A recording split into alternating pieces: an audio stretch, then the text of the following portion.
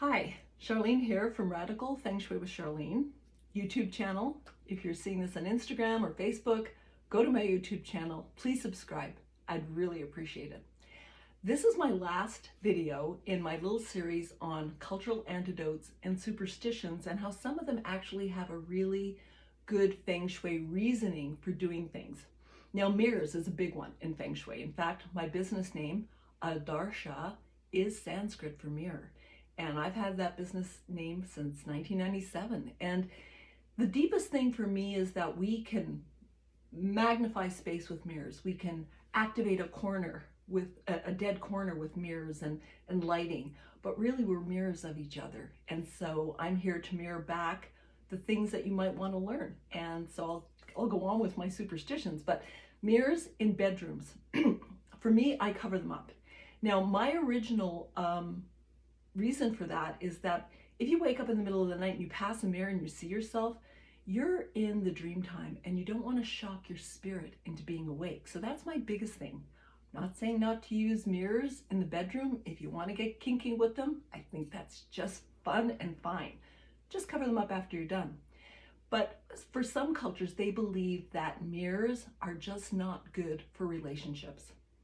I don't exactly know why that is, but it kind of makes sense that if you're seeing duplicity or if you're seeing yourself in the mirror, that you're dealing with too much energy being reflected back. And in bed, if you have conflict or whatever, my dad always told me never go to bed angry with your partner, which I think is one of the best things he ever told me. He's long past now. But also, if you're in conflict, you don't want that duplicity in your bedroom. You want to take it to another room. So I think that's the thing about mirrors.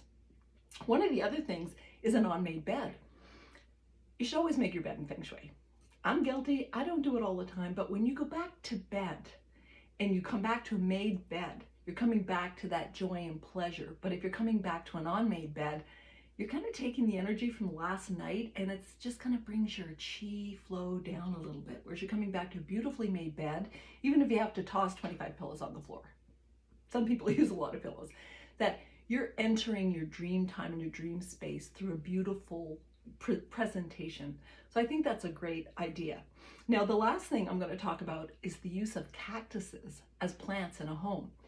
In Feng Shui, they're not really good to use near a door because they are like poking at you, little pokey things. But they're really good to use in a business by a door because it is said that that energy of a prickly cactus will send away those who want to come in and steal from you. So I think that's a fantastic thing. I think you can use them in houses. Just be careful where you use them. A lot of people love desert plants and they love cactuses. So I don't think there's anything wrong with those. I just think it's all about appropriate use of appropriate things in appropriate places. So I'll end my series on that. The next one will be Fun in the Sun. That's going to be fun. And please subscribe to my YouTube channel, and thank you so much for joining me for this series, which is all about antidotes from other cultures. So if you haven't seen them all, go back. They're not very long. I keep them short just to give you little bits of information so you can absorb it. Thank you. Bye.